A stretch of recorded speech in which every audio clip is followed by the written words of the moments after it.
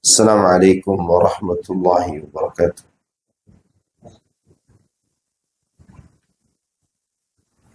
Innal hamdalillah nahmaduhu wa nasta'inuhu wa nastaghfiruh wa na'udzu billahi min shururi anfusina wa sayyiati a'malina. May yahdihillahu fala mudilla lah wa may yudlil fala hadiya lah. Wa ashhadu an la ilaha illallah wahdahu la syarika lah wa ashhadu anna Muhammadan abduhu wa rasuluh sallallahu alaihi wa ala alihi wa sahbihi ajma'in. Amma ba'd. Nah, ikhwan fillah, jazakumullah. Alhamdulillah, di malam hari ini kita dipertemukan kembali oleh Allah Subhanahu wa ta'ala. Tentu semua ini bukanlah sesuatu yang kebetulan. Ini adalah merupakan rencana Allah Subhanahu wa ta'ala. Dan setiap yang Allah rencanakan untuk kita harus tetap husnudzan bahwa itulah yang terbaik. Entah itu urusannya dengan nikmat, atau urusan dengan musibah, atau bahkan kita diberi kesempatan untuk bertaubat dari dosa kita. Semua itu adalah kebaikan. Nah, jemaah sekalian azakumullah, malam ini kita akan membahas hal-hal yang membatalkan sholat.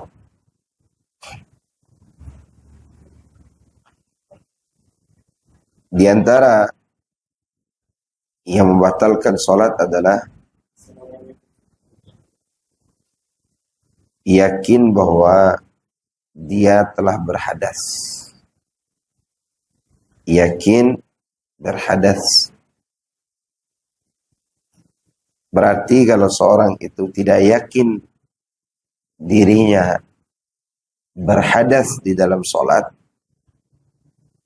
maka dia teruskan sholat. Maksud di sini adalah berkaitan dengan kentut. Berkaitan dengan apa? Kentut. Tolong kipas angin ini jangan diarahkan ke anak. Udah terasa ya. Iya, jangan diarahkan ke anak. Ya.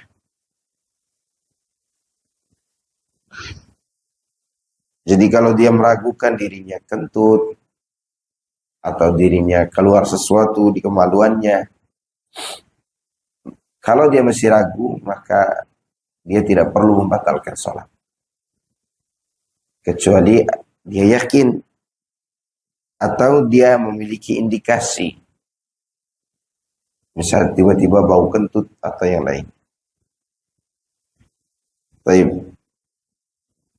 Yang pertama, yakin berhadas dari Abbad ibni Tamim an ammihi, dari pamannya,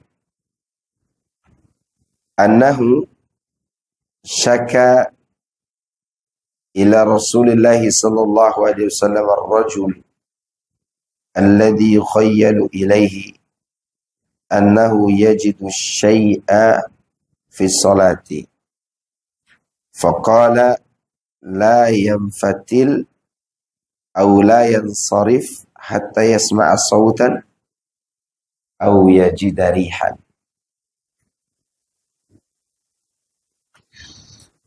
Dari Abu Abbad bin Tamim, dari pamannya, bahwa ia pernah mengadu kepada Rasulullah sallallahu alaihi wasallam tentang seseorang yang mengkhayal bahwa dirinya mendapat sesuatu dalam sholatnya. Artinya seakan-akan dia kentut. Maka Rasulullah SAW bersabda, janganlah ia keluar atau janganlah membatalkan sholatnya sebelum dia mendengar suara kentut atau mendapatkan baunya. Di sini Rasulullah SAW mengatakan orang yang ragu dirinya kentut atau tidak disuruh apa? Mencari tahu indikasinya atau korinahnya. Ada enggak tanda-tanda bahwa dia berhadas? Di antara tandanya adalah dia mendengar suara kentut. Atau dia mencium bau kentut. Jika itu tidak dia temukan, dan masih ragu juga, lanjutkan saja sholat. Disitulah kita melatih diri untuk melepaskan diri dari was-was. Kalau kita batalkan sholat pada kondisi seperti itu, nanti setan akan terus datang mewaswasati kita. Ya.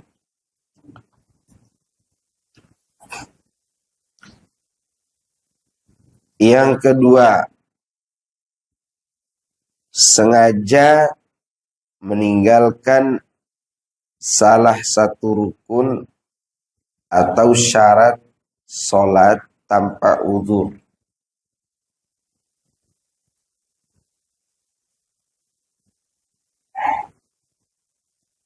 Hal ini berdasarkan pada hadis Nabi Sallallahu Alaihi Wasallam tentang sabda beliau kepada seorang sahabat yang salah di dalam sholatnya. Kata Nabi, irji fasalli fa innaka lam tusalli. Kembalilah lalu sholat lagi, karena sesungguhnya engkau belum sholat. Waktu itu orang ini tidak mengerjakan i'tidal. Kan ada orang sami Allahu liman hamidah, Allahu akbar. I'tidalnya tidak ada. Berarti rukun i'tidal dia tidak kerjakan. Maka yang seperti ini batal sholat. Dan seperti ini apa? Batal sholat.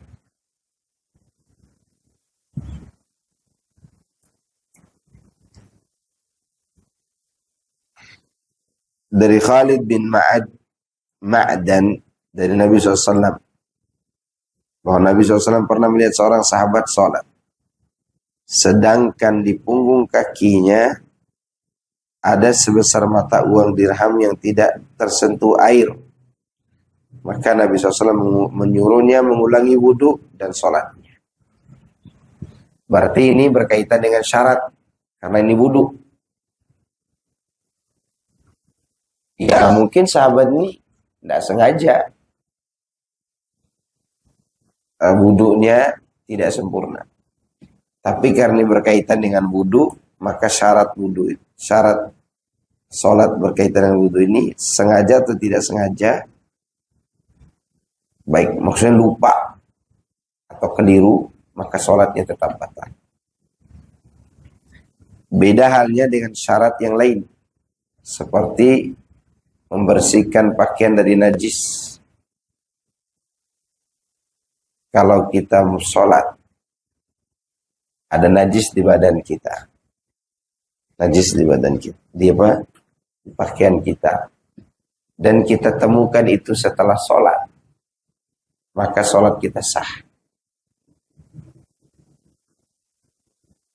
Kalau wudhu, kita lupa tidak berwudhu, ternyata ingatnya setelah sholat, maka sholatnya diulangi. Lihat bagaimana kuatnya syarat yang satu ini. Wudhu. Di antara syarat kalau dilupakan tetap membatalkan sholat, yaitu masuk waktu. Kalau seorang sholat sebelum waktunya, tidak sengaja. Begitu selesai sholat, ternyata belum masuk waktu. Maka sholatnya batal. Diulangi nanti ketika masuk waktu.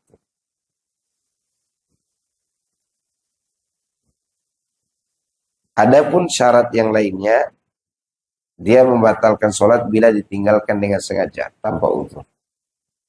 Seperti menghadap kiblat. Harus menghadap ke arah kiblat.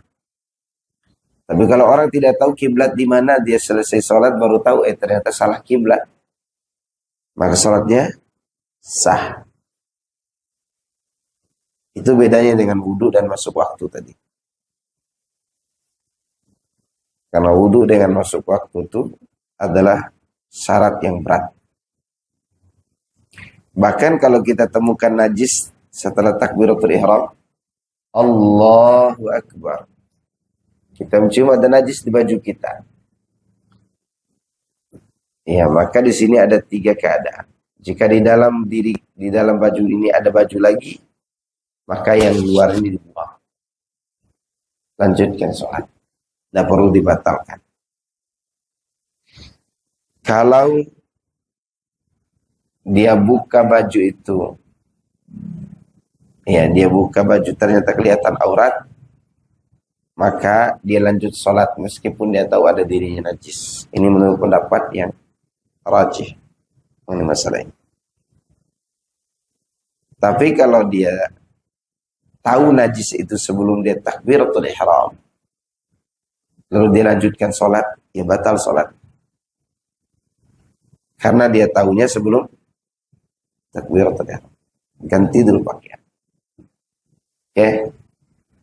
Kalau tahu setelah itu, ya tentu sholatnya tidak masalah.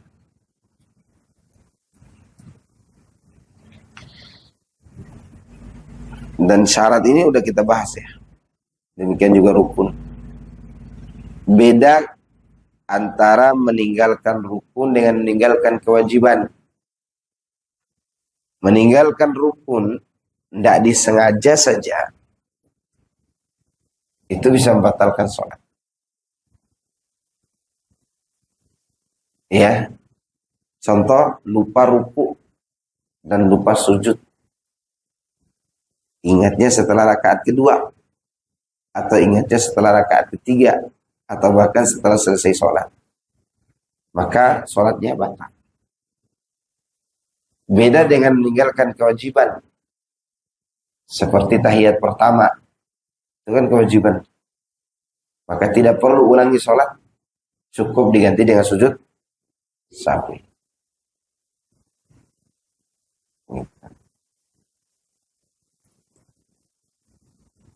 Tapi kalau kewajiban itu disengaja ditinggalkan, maka batal sholat. Ada orang sengaja tidak mau tahiyat pertama, ya batal sholatnya. Baik. Yang ketiga di antara pembatal sholat, makan dan minum dengan sengaja. Ibnu Munzir berkata, para ulama telah sepakat bahwa barang siapa yang makan dan minum dengan sengaja dalam sholat fardu, maka ia harus mengulangi sholatnya. Dan begitu pula dalam sholat tatawwu' menurut jumhur ulama. Karena apa saja membatalkan sholat fardu, juga membatalkan sholat sunnah. Ya tidak mungkin lah kita makan dan minum sambil sholat insya Allah. Kecuali orang Syiah. Yang paling memungkinkan bagi kita adalah mengunyah sisa makanan di dalam mulut. Kalau daging sebesar ini dan kita masih kunyah dan ditelan, batal sholat kita. Atau ada makanan yang masih terasa kalau dikunyah, ya, maka menelannya batal. Tapi kalau dia terasa dikunyah, lalu kita buang, sholatnya tidak mudharah. Oke? Atau ada sisa makanan yang nempel di dinding-dinding gigi atau gusi, tertelan juga pada saat kita sholat, maka tidak membatalkan sholat. Ya, itu yang paling memungkinkan dalam pembahasan kita ini. Tidak mungkin kita makan kan. Yang paling sering adalah selesai kita makan sate kambing lagi. Ya kan, nyangkut di gigi sebesar ini. Pas sholat lepas. Udah dikunyah-kunyah, udah ditelan. Batal sholat. Ya. Itu tidak boleh.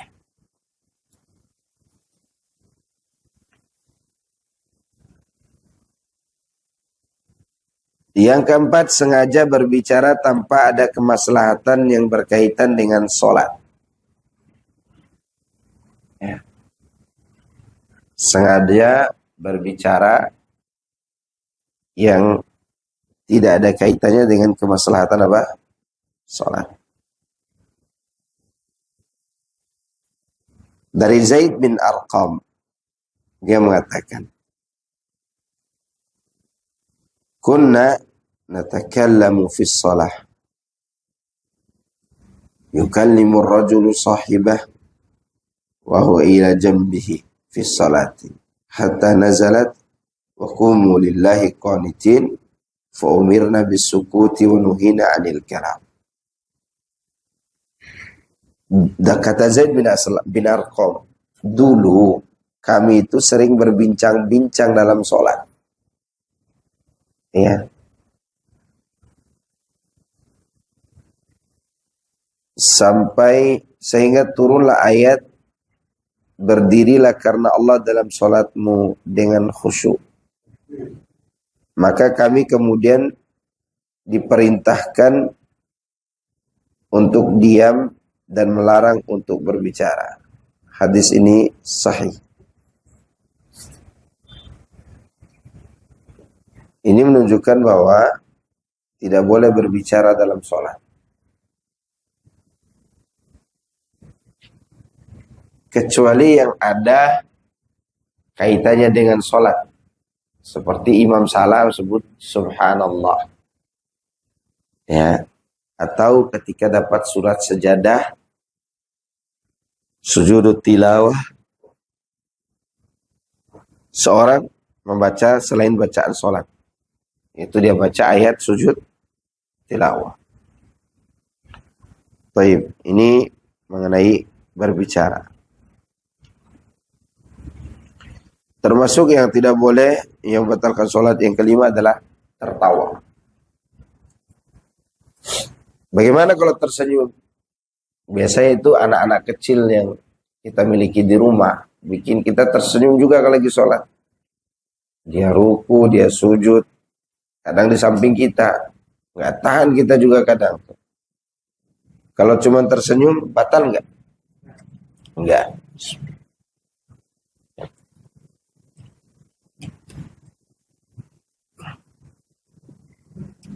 Yang batal itu kalau tertawa.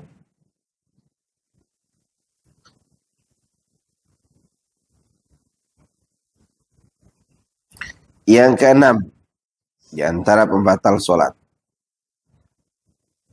lewatnya seorang perempuan yang sudah balik di depan dan seekor keledai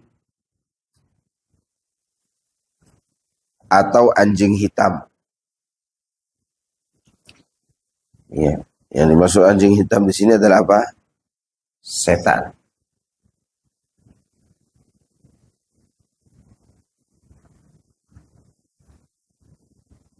Rasulullah SAW bersabda, "Idza qama ahadukum yusalli fa innahu yasturuhu idza kana baina yadayhi mithlu akhiratir rihal ar-rahli fa idza lam yakun baina yadayhi mithlu akhiratir rahli fa innahu yaqta'u salatahu al-himaru wal mar'atu wal kalbul aswadu." Apabila seorang di antara kamu berdiri sholat, maka seharusnya ia meletakkan sutrah di hadapannya seperti kayu penyanggap penunggang onta. Maka dari itu, jika di hadapannya tidak ada sutrah seperti kayu tersebut, maka sholatnya bisa batal karena keledai, perempuan yang sudah balik, dan anjing hitam. Para sahabat bertanya, anjing hitam itu bedanya dengan yang lain apa? Dijawab oleh Nabi, dia adalah syaitan. Ya. Baik, ini diantara pembatal sholat. Ada yang bertanya di sini? Fadhal. Kalau kita masih sholat, ada salah. Kita sholat, sebenarnya Rubah. Kalau ada yang benarin atau kasih tahu, rubah. Dan boleh memberitahu orang yang lagi sholat. Asalkan kita jangan jawab, ya tenang bos, gitu kan. Batal sholat. Ya. Siap, kata dia begitu. Enggak. Langsung rubah aja. Ya. Ada lagi? Jawab salam sudah saya sebutkan kemarin. Iya. Salam dengan isyarat. Begini jawab. Baik. Tafadhal. Lagi pas itu di rumah ada bayi saya boleh sambil digendong yang Iya, tapi anak kecil tidak membatalkan sholat. tapi kan dia pakai pampers gitu. Itu gimana? Kalau dia pakai pampers dan dia aman dari percikan keluar, tidak masalah. Iya.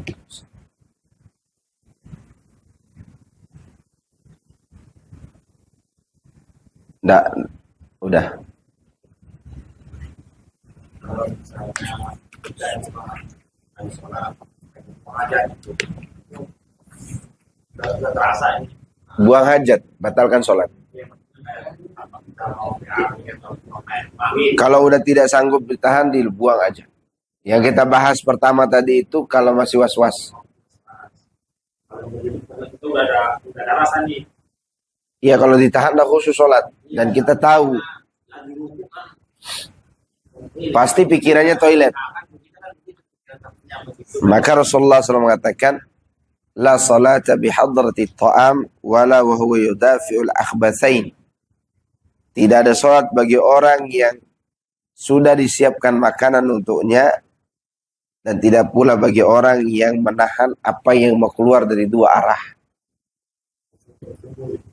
Maksudnya kencing dan buang air besar atau kentut. Batalin.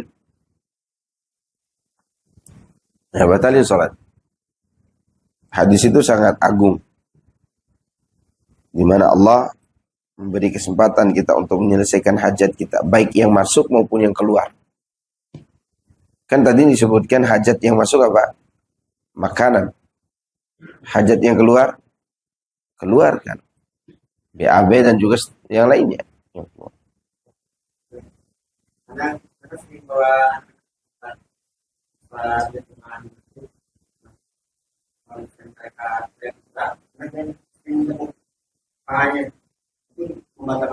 Tidak, karena itu hajat namanya.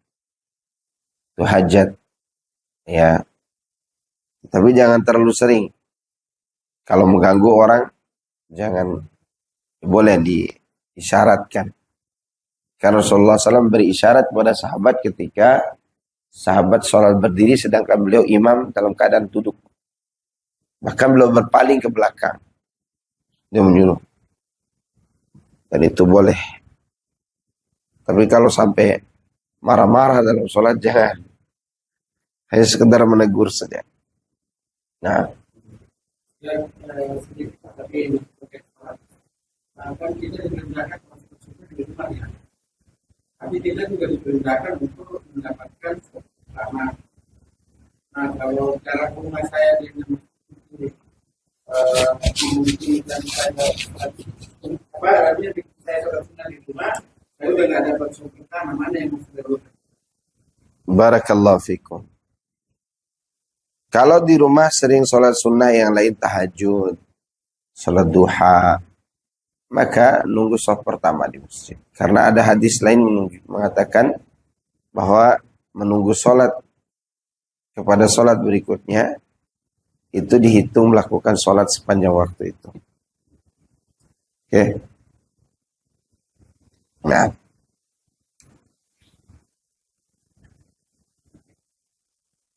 Ada lagi? Cukup? Kita lanjut. Tadi sudah disebutkan hal-hal yang batalkan sholat.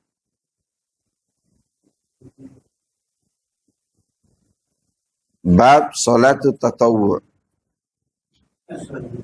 Waalaikumsalam. Bab sholat sunnah.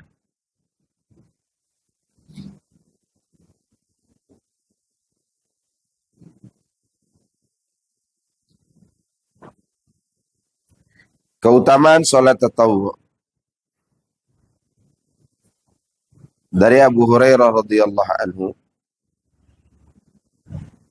anna an-nabiy sallallahu alaihi wasallam qala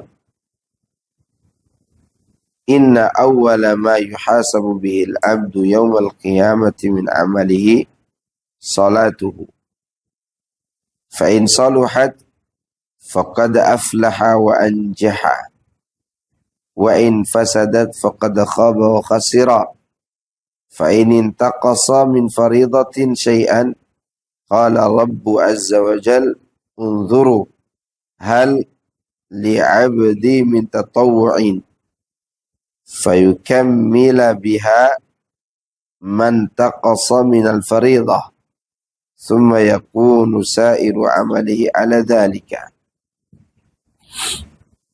Ini keutamaan salat tatawwu' ya. Kata Nabi SAW, sesungguhnya amalan seorang yang pertama kali dihisab adalah salat pada hari kiamat nanti. Jika salatnya sempurna, maka sungguh dia berbahagia dan berhasil. Namun jika salatnya tidak benar, maka sungguh ia menyesal dan rugi. Jika amalan fardunya kurang, maka Rabb Tabaraka Ta'ala berkata, lihatlah adakah hambaku ini memiliki amalan sunnah, kemudian ia melengkapi kekurangan amalan fardunya dengan sunnah tersebut. Kemudian diperlakukanlah seperti itu pada seluruh amalnya. Ya. Jadi jika seorang sholatnya sempurna, maka baiklah seluruh amal. Jika sholatnya kurang, ditambah dengan apa? Sholat sunnah. Itu namanya sholat tatawwu'. Sholat tatawwu' itu adalah tambahan dari amalan wajib. Ya, ibarat sholat tatawwu' itu seperti antum punya kantor travel umroh gitu. Di situ kan kantor travelnya yang menjadi kewajiban, yang menjadi jualannya. Tapi di samping itu dia juga jual minyak wangi, jual oleh-oleh, jual minyak wangi dan oleh-oleh ini sunnahnya, ya kan? Nah, kalau laku minyak wangi dan oleh-olehnya dapat untung nggak dia? Untung. Nah itulah peran sholat sunnah itu. Keuntungan minyak wangi, keuntungan oleh-oleh tadi bisa menambal kebutuhan daripada jualan umrohnya. Karena belum tentu orang umroh setiap bulan. Ya kan? Maka sholat tatawwu itu fungsinya itu. Jika ada sholat sunnah kita sholat wajib kita yang kurang, maka sholat sunnah lah yang akan menyempurnakannya.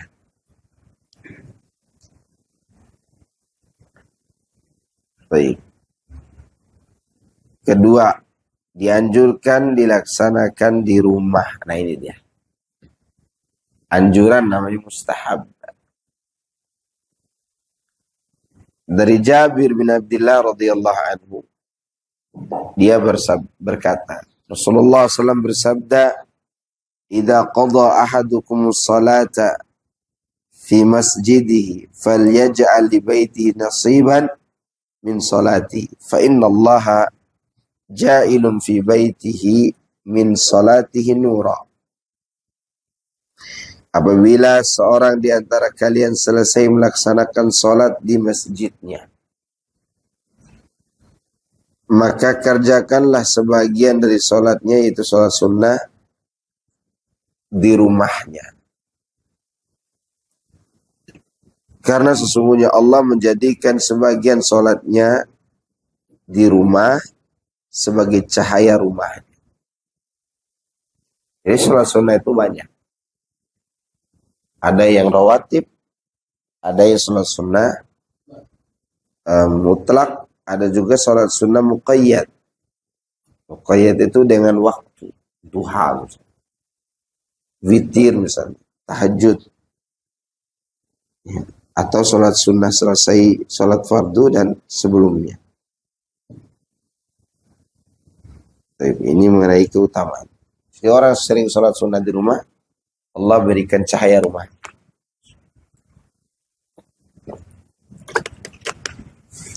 Yang dianjurkan itu adalah kalau dulu di masjid kita, pulangnya baru sunnah, bukan sebaliknya yang sunnahnya dulu di rumah baru kita. Boleh dua-duanya. Seperti subuh qobliyah kan. Qobliyah subuh dulu di rumah. Kita kan kaitannya kayak yang tadi kan. Karena kalau dua, Iya, itu kalau tidak memungkinkan. Kalau antum sholat sunnah di rumah menyebabkan muadzin cepat qomat, maka ahsannya sholat sunnah di masjid. Supaya qomatnya ditunda karena ada antum yang sholat. Bisa begitu kan? Si muadzin tunda, ada lihat orang langsung qomat aja. Gitu. Kalau di musolahnya tidak berani. Atas sudah bunyi tik tik tik begitu. Kalau ada yang masih sholat sunnah, karena biarkan aja. Nah kalau kaitannya dengan itu di masjid lebih utama. Apalagi sekarang masjidnya, muadzinnya mungkin dia direksi di kantor. Dia percepat qomat waktu subuh supaya cepat pergi ke kantor. tapi kalau pas waktunya nggak masalah. Karena masalah justru itu yang diharapkan. Jadi sholat sunnah di rumah dulu baru ke masjid. Dan kalau azan ya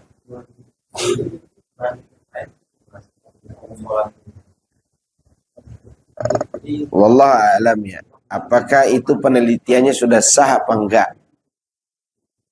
jadi di apa di azannya dulu ya Sebelum yang lain. Iya, jangan diikuti yang lebih cepat, ikuti yang lambat. Karena gini, ada ibadah yang penentuannya dengan perkiraan. Baik itu berkaitan dengan masuk waktu, maupun berkaitan dengan arah. Ya, contoh yang arah. Kita menghadap kiblat. Emangnya kita yakin pas dengan Ka'bah kita berdiri? Ya kan? Itu perkiraan. Disuruh menghadap ke Ka'bah, ke arah barat. Demikian juga waktu. Waktu terbenam matahari dan terbit fajar itu diukur dengan perkiraan. Tapi perkiraan yang lebih tepat pada kebenaran. Ya, namanya dhon. Perkiraan yang lebih tepat pada kebenaran itu memiliki qarinah. Apalagi sampai sudah diteliti. Nah, jika si muadzin yang adzan tadi 5 menit lebih cepat itu menyelisihi kebanyakan masjid yang mengikuti penelitian pemerintah, maka tidak perlu diikuti. Jangan sampai situ.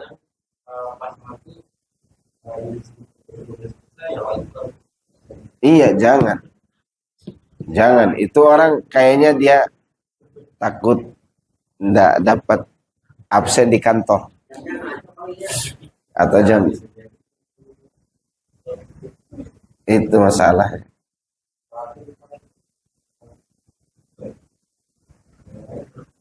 Maka oleh karena itu cari masjid lain. Kalau di Saudi itu selesai adzan nunggunya berapa lama? 30 menit. 30 menit. Mungkin karena pertimbangan banyak orang kan. Ya kan memang banyak orang yang datang ke Masjid Nabawi dan Masjidil Haram. 30 menit. Ada yang mengatakan itu pertimbangan untuk jangan sampai sholat sebelum waktunya. Artinya ditunda qomatnya.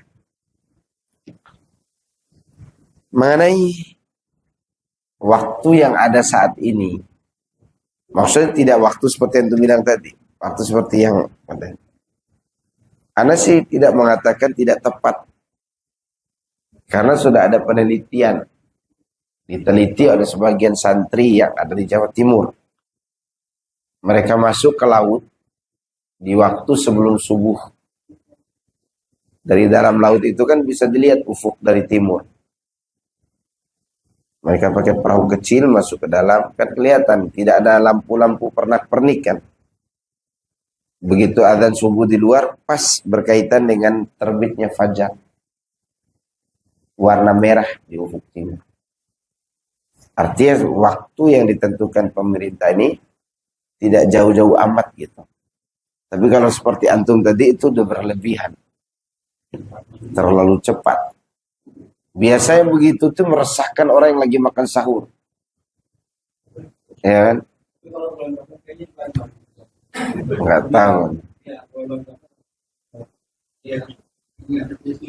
Makanya kalau salah dalam penentuan waktu tapi yang sewajarnya maka sholatnya tetap sah. Karena ketentuannya tadi adalah perkiraan. Sama dengan orang buka puasa di waktu maghrib. Mati semua, dia tidak punya HP gitu. Tapi udah gelap aja nih sore nih. Akhirnya dia berbuka puasa. Begitu selesai dia makan, hilanglah awan. Matahari masih nongol. Sholat puasanya dilanjutkan aja. Puasanya dilanjutkan dan nanti berbuka pada saat. Karena dia penentuan waktunya dengan apa? Perkiraan gelapnya waktu maghrib. Oke? Jelas sampai sini? Tapi kalau yang itu terlalu itu. Itu terlalu. Udah selesai. Coba Keluar waktu HP atau televisi daripada waktu itu kita harus yang di tempat kita. Iya. Karena bisa saja berbedanya tempat bergeser nilai waktunya. Oke. Ada lagi. Salat masuk waktu ini penting banget. Makanya kalau antum adzan, orang lain udah adzan nih. Sudah hayya 'alas shalah misalnya. Ya enggak apa-apa, antum baru mulai adzan. Ya.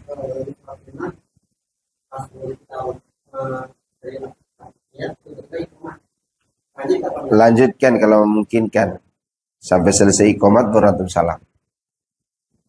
Tapi kalau antum lagi berdiri dia qomat, ya antum ikuti si imam. Karena hak menyuruh orang qomat itu hak imam, bukan haknya muadzin. Kadang muadzin berinisiatif sendiri. Ya kan? Iya, seakan-akan semuanya hak dia. jam digital sekarang. Seharusnya itu hak imam. Itu diantara sebab kenapa waktu saya menjadi imam di tempat lama itu dikeluarkan. Karena anak mendebatkan masalah ini.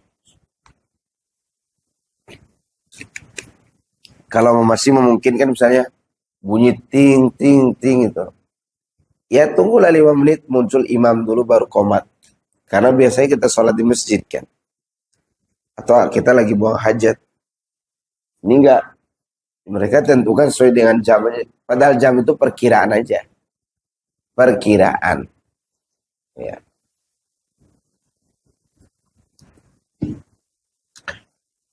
Cukup. Udah jam 8:30 nih. Abang Pik. Nerusin sebentar ya. Klasifikasi sholat tatawwu. Ada yang baru datang?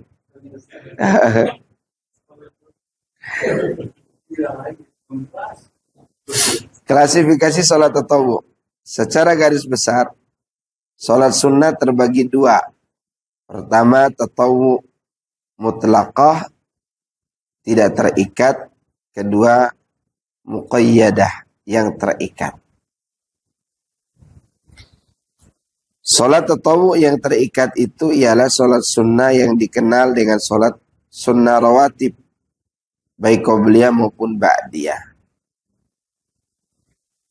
Ya, ia terbagi 2, yaitu muakkadah yang sangat ditekankan dan tidak terlalu ditekankan. Ini sholat rawatib ya. Dari Ibnu Umar radhiyallahu anhuma, dia berkata, aku menghafal dari Nabi sallallahu alaihi wasallam 10 rakaat, ya, asyra rakaatin. Ya, aku menghafal dari Nabi SAW ada 10 rakaat. 2 rakaat qabliyah zuhur dan 2 rakaat setelah zuhur. 2 rakaat ba'diyah maghrib dan 2 rakaat ba'diyah isya. Sudah berapa tuh? 8. Dan 2 rakaat sebelum subuh. 10. Dan ini adalah saat yang tidak seorang pun untuk ke rumah Nabi SAW. Maka Hafsah bercerita kepadaku bahwasanya beliau apabila muadzin sudah memandangkan adzan fajar telah terbit, beliau sholat 2 rakaat. Nah, ini yang ditanyakan Bapak. Nabi sholatnya di mana? Di rumah. Ya. Tapi kan Nabi kan imam, dia yang menentukan qomat. Kalau sekarang yang menentukan qomat digital. Ya, dan muadzin. Apalagi muadzinnya dia direktur di kantornya. Hah? Ya, atau dia perintah bos. Ada bos yang sholat di belakang. Ya. Dari Aisyah radhiyallahu anha, anna Nabi sallallahu alaihi wasallam kana la yadau arba'an qabla dhuhr wa raka'ataini qabla al-ghadati. Aisyah mengatakan Nabi SAW tidak pernah meninggalkan 4 rakaat qabliyah zuhur dan 2 rakaat qabliyah subuh. Berarti di sini ada tambahan riwayat. Jadi 12. 4 rakaat sebelum zuhur, 2 rakaat setelah zuhur, ya, 2 rakaat setelah maghrib, 2 rakaat setelah isya. Udah 10 tuh. 2 rakaat setelah subuh jadi berapa? Sebelum subuh, afan. 2 rakaat sebelum subuh, 12. Nah, kalau digabungkan riwayat Ibnu Umar dengan riwayat Aisyah, berarti ada berapa rakaat? 12. Yang ditekankan ini ya, 12 itu 4 rakaat sebelum zuhur, kemudian 2 rakaat setelahnya. Berapa? Nah. Dan 2 rakaat ba'diyah maghrib 8, ba'diyah isya 10, qabliyah subuh.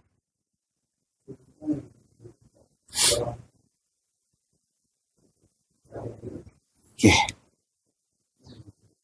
Kemudian an Abdullah ibni Mughaffal anna Nabi sallallahu qala baina kulli adhanaini salatun baina kulli adhanaini salatun summa fi tsalitsah liman syaa. Antara setiap adzan dan iqamah ada salat. Antara adzan dan iqamat itu ada salat. Kemudian beliau bersabda bagi siapa yang menghendaki. Jadi salat sunnah itu ada antara adzan dan iqamah. Ada yang ditekankan seperti qabliyah zuhur, ada yang tidak ditekankan seperti qabliyah asar dan qabliyah maghrib serta qabliyah isya. Itu ada salat sunnahnya. Karena Rasulullah katakan ada salat sunnah antara adzan dan iqamah. Ada yang ditekankan seperti qabliyah subuh, qabliyah zuhur, dan ada yang tidak ditekankan seperti qabliyah asar, qabliyah maghrib, qabliyah isya.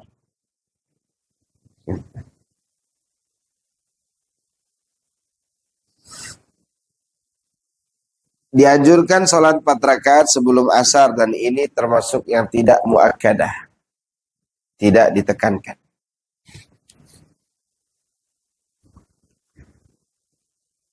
Karena Nabi SAW yusalli qabla asar 4 raka'atin yafsilu bainahunna bitaslim ala al-malaikati al-muqarrabin wa man tabi'ahum minal muslimina wal mu'minin.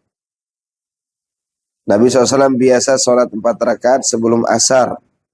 Beliau membaginya menjadi 2 dengan ucapan salam kepada para malaikat yang selalu dekat dengan Allah dan kepada orang-orang yang mengikuti mereka dari kalangan kaum mukminin dan muslimin. Ya. Rasulullah juga mengatakan, rahimallahu mra'an shalla qabla al-'asr arba'an. Mudah-mudahan Allah memberi rahmat kepada orang-orang yang sholat 4 rakaat sebelum asar. Ya, ini doa abad, doa selamanya ini. Rasulullah meminta apa? Rahmat. Jika ada orang yang biasa sholat 4 rakaat sebelum asar, dapat nggak doa ini? Dapat. Dapat doa tadi. Didoakan rahmat dari siapa? Rasulullah. Kita harus yakin doa Nabi pasti dikabulkan. Sama dengan doa Nabi untuk siapa? Muadzin dan imam. Allahumma arham li a'immatina waghfir lil muadzinin. Ya Allah, rahmatilah imam-imam kami yang imam sholat dan ampunilah para muadzin. Doa ini doa selamanya. Jika orang-orang yang melaksanakannya itu ikhlas, maka dapat doa ini. Demikian juga doa keburukan dari Nabi. Hati-hati juga. Seperti Nabi mendoakan keburukan untuk orang jual beli di masjid. Semoga Allah membangkrutkan, semoga Allah membangkrutkan, semoga Allah membangkrutkan. Itu doa juga untuk selamanya. Dan doa Nabi itu pasti dikabulkan. Contoh doa Nabi yang diyakini oleh Abu Lahab, pasti dikabulkan. Yaitu Rasulullah pernah berdoa untuk Utbah bin Abi Lahab. Utbah ini menyakiti Nabi dari sisi verbal maupun fisik. Nabi mengatakan, ya Allah, kuasakan kepada anak ini, yaitu Utbah, mantan menantunya. Tadi menantu Nabi. Dia ceraikan anak Nabi karena dia masih musyrikan. Kata Rasulullah, ya Allah, kuasakan anjing-anjingmu kepada orang ini. Maksudnya biarkan dia dimakan oleh binatang buas. Kejadian. Dia pergi dagang ke Syam. Abu Lahab sudah beritahu kepada orang-orang, saya yakin anakku ini tidak akan bisa lolos dari doa Muhammad. Ini yang menjadi syahid. Aku yakin anakku ini tidak bisa lolos dari doa Muhammad. Maka nanti agar dia lolos dari terkaman anjing di Syam, maka biarkan dia tidur di tengah, di tempat yang atas, orang-orang tidur mengelilinginya. Seorang pendeta di Syam mengatakan, kedatangan kalian ini membuat singa-singa berkeliaran di sekitar sini. Betul, tiba-tiba ada singa. Dan waktu itu anaknya Abu Lahab yang bernama Utbah ini tidur di tengah, terlindungi di dalam tempat yang terlindungi. Singa itu mencium semua penciuman di tubuh manusia itu, dan hanya Utbah yang dia terkam dan dia cabik-cabik kepalanya. Hancur. Nah, itu contoh bahwa doa Nabi dikabul. Termasuk ini. Orang yang sholat 4 rakaat sebelum asar. Dia 2-2 sholat. Maka dia dapat doa apa tadi? Dirahmati oleh Allah.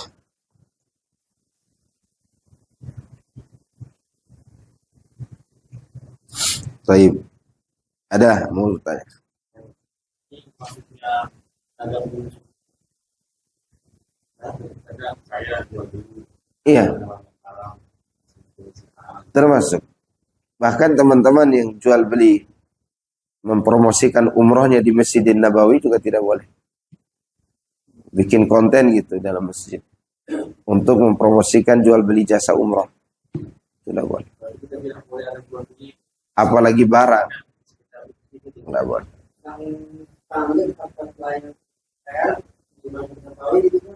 Kalau tidak boleh masuk ke dalam pakai, tapi kalau ini name tag memang diperlukan karena kan diperiksa di sana.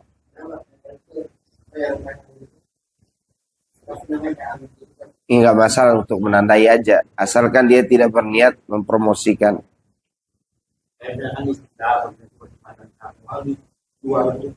Di luar bukan di dalam masjid. Kalau di luar tidak masalah. Walaupun di sana ada khilaf para ulama, masjid itu yang mana sih? Apakah seluruh tanah wakaf meskipun tidak dibangun, atau yang dibangunannya itu aja? Kalau ana sih melihat selama ini ya yang dalam bangunan itu masjid, tanah wakafnya tidak. Masuk nego. Nggak boleh ngapain nego di masjid. Ntar Jadi calon kota. nggak boleh, nggak boleh. Negosiasi, nggak boleh.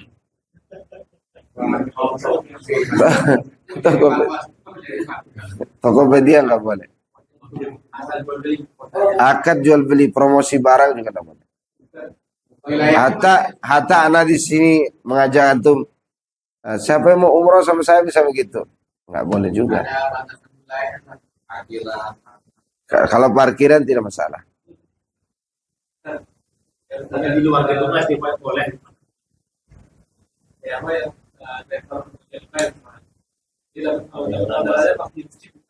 Keluar dulu. Ya keluar. Iya keluar dulu. Nggak boleh di dalam. Ya, keluar dulu. Keluar dulu jangan di dalam. Ya makanya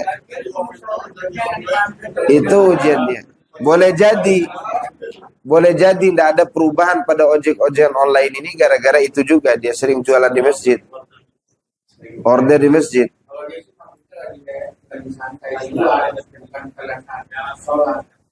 Nggak apa-apa. Nggak apa-apa di luar. Di luar nggak apa-apa. Iya. Jadi didefinisikan dulu masjidnya. Dan tidak semua yang dianggap masjid itu dilarang jual beli. Misalnya tempat ini, Imam Bukhari ini. Apakah tempat ini tanahnya diwakafkan untuk musola? Pertanyaannya itu. Ternyata bukan kan. Ini namanya masjid hukumi. Dihukumi masjid. Tapi tidak diwakafkan karena Allah. Diwakafkan karena Allah nggak dari bawah ke atas. Tidak. Maka ini masuk dalam wilayah gedung ini. Cuman dia dijadikan sebagai tempat ibadah. Sah dia jadi masjid. Tapi apakah semua tempat seperti ini dilarang jual beli? Wallahu a'lam. Yang hati-hati lebih baik dijauhkan. Khilaf para ulama tentang itu.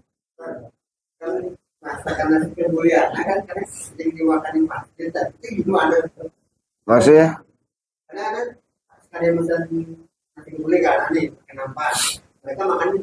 Enggak apa-apa, ngapain? Iya. Kalau cuma sekedar kabar-kabar enggak masalah. Iya, kalau cuma sekedar. Iya. Iya.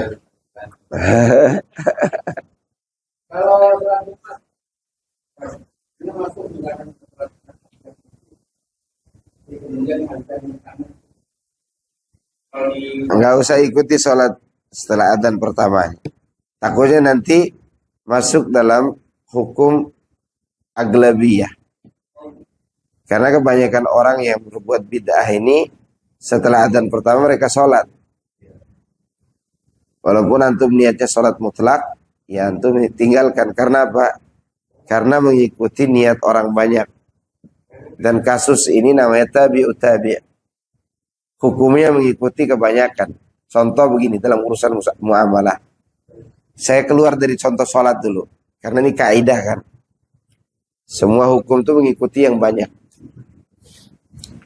Di daerah sini kalau orang pinjam uang, harus ada kembalian lebihnya. Dan itu kebiasaan. Jadi riba kan. Tiba-tiba anak dengan dede ini pinjam uang. Anak pinjam uang dede 20 juta. Tidak ada akad riba di antara kita. Begitu anak gunakan uang dia untuk dagang, anak dapat untung 50 juta dari 20 juta tadi. Gembira dong anak. Anak mau kembalikan uang antum ya, 20 juta. Ini tambahin 5 juta nih. sebagai bentuk terima kasih. Maka 5 juta ini dihitung riba karena kebiasaan orang sekitar harus kembalikan uang lebih daripada hutang. Paham nggak? Walaupun niat anak tadi berterima kasih, tapi kembalian seperti ini kepada dede tadi bisa dihukumi mengikuti hukum kebiasaan orang banyak. Meski beda niat. Sama seperti sholat tadi. Kebanyakan orang setelah adzan melakukan sholat sunnah khusus setelah adzan. Ya kan? Sebelum imam naik mimbar. Maka jangan diikuti. Walaupun antum niatnya sholat mutlak pada saat itu, tetap anggapannya sholat itu mengikuti gaya sholat orang pada umumnya. Paham nggak? Paham sampai sini? Oke. Kemudian kalau ada pada orang-orang tidak mereka sholat sunnah, Baru datang. Tidak apa-apa, dia harus sholat tahiyatul masjid. Kalau dia, walaupun imam sudah di atas mimbar. Nah, yang tidak boleh itu adalah imamnya sudah duduk di mimbar dan baru adzan. Nunggu selesai adzan. Baru sholat sunnah. Enggak, harus sholat sunnah walaupun lagi adzan. Ini bedanya adzan sholat Jumat dengan adzan sholat pada umumnya. Adzan pada sholat pada umumnya, selesaikan adzan dulu baru sholat sunnah. Oke?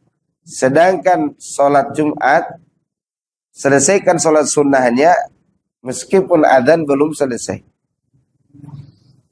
Atau lagi dikumandangkan adzan. Kenapa? Karena sholat Jumat itu ada kewajiban setelah adzan. Apa kewajibannya? Mendengarkan khutbah. Ya. Sedangkan selesai adzan sholat biasa, tidak ada khutbah setelah itu. Paham nggak? Oke. Jelas. adanya yang sholat di kantor sholat pajak. Setelah sholat itu cuma dari ada. Maksudnya? Oke, boleh dikodok. Nanti ada pembahasan kodok sholat sunnah. Sholat sunnah yang boleh dikodok itu diantaranya sholat fajar. Kodoknya kapan? Boleh langsung selesai sholat fardu, tapi jangan sholat di masjid. Karena timbul fitnah. Ba'diyah subuh kata orang, padahal antum lagi kodok. Caranya kalau antum mesti tetap di masjid karena ada kajian subuh, tunggu aja sholat syuruk nanti. Begitu orang sholat syuruk, antum dia sholat qabliyah subuh yang dikodok. Ya, baru setelah itu antum sholat awal duha.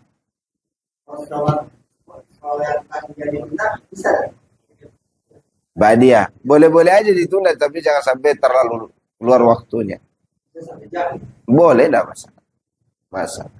Itu tadi nggak dihukum larangan waktu sholat sunnah. Enggak, kalau kodok enggak dilarang. Iya, tapi yang terbaik sih kalau mau hati-hati tunggu fajar terbit aja. Tunggu matahari terbit. Artinya sudah masuk waktu awalud duha. Ya. Fadhil. Sholat witir boleh 1 rakaat. Boleh 1 rakaat sholat witir. Misalnya sholat tahajud tanpa witir sama sholat tahajud. Sah sholat tahajudnya, cuman kan tidak sempurna aja. Sholat tahajudnya sah. Iya, caranya niat sholat witir aja yang banyak itu. Karena sholat witir lebih utama daripada tahajud. Iya, sholat witir lebih utama daripada tahajud. Kan sholat terbaik itu sholat malam ya sholat witir. Sebaik-baik sholat sunnah kan sholat malam. Dan sebaik-baik sholat malam ya sholat witir. Baiknya ya sebanyak mungkin asalkan ganjil. 2-1 atau 3, boleh 5, boleh 7, boleh 8, boleh 9. Yang terbaik 2-2-2. Oke. Yang 2-2, boleh 2-2-2, 3 boleh. Boleh 2-2-1. Oke. Ya, yang biasa aja sholatnya 3 rakaat mungkin ya. Hah? Witir itu sebelum fajar. selesai waktunya. Dan berawal dari setelah sholat isya. Setelah sholat isya antum witir, nanti pulang dari sini witir, mau tahajud nanti, boleh. Enggak usah witir. Sekali aja witir tuh. Iya, witir sebelum tidur, bangun tahajud. Iya, boleh 3 langsung, boleh 21. Yang bagus sih 21. Bagus 21. Rasulullah melakukan 3 rakaat sekaligus itu pada sholat sunnah tahajud beliau yang 4-4-3. Kalau dari awalnya 2-2-2-2, maka witirnya 21. Gitu. Kalau awalnya 4-4-3. Ya, 4-4-3. Dari riwayatnya sahih semua.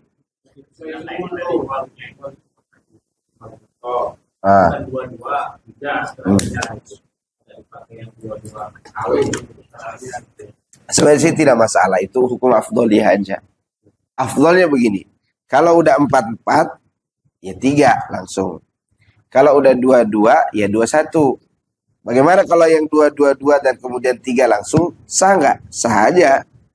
Cuman afdolnya yang tadi 2-2 2-1, 4-4-3.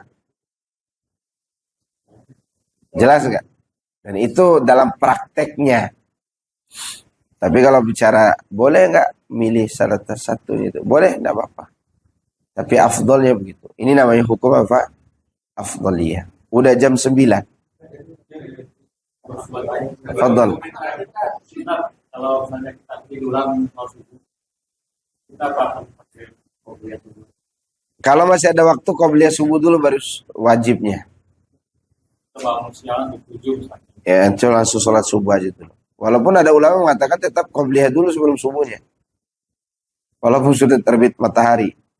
Tapi kalau dilihat daripada hadisnya, barang siapa yang tertidur dari sholat, maka hendaklah dia melakukan sholat itu setelah dia bangun.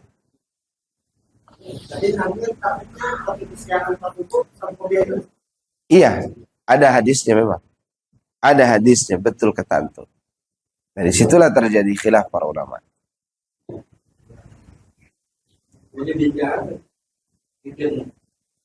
Jihar, boleh jahar tapi jahar yang sewajarnya, bukan jahar sir. Jahar yang sewajarnya, tidak terlalu tinggi, tidak terlalu rendah. Duha nggak ada contoh sholat berjamaah. Dengan matahari saya kan ada sekolah yang mewajibkan sholat duha tapi berjamaah. Iya, itu sebenarnya bid'ah dari guru-gurunya sebenarnya. Maka kita bikin sekolah sendiri yuk. Iya, saya udah ada mubadir ya saya ini. Oke, cukup ya. Subhanakallahumma bihamdika asyhadu an la ilaha illa anta astaghfiruka wa atubu ilaik. Assalamualaikum warahmatullahi wabarakatuh.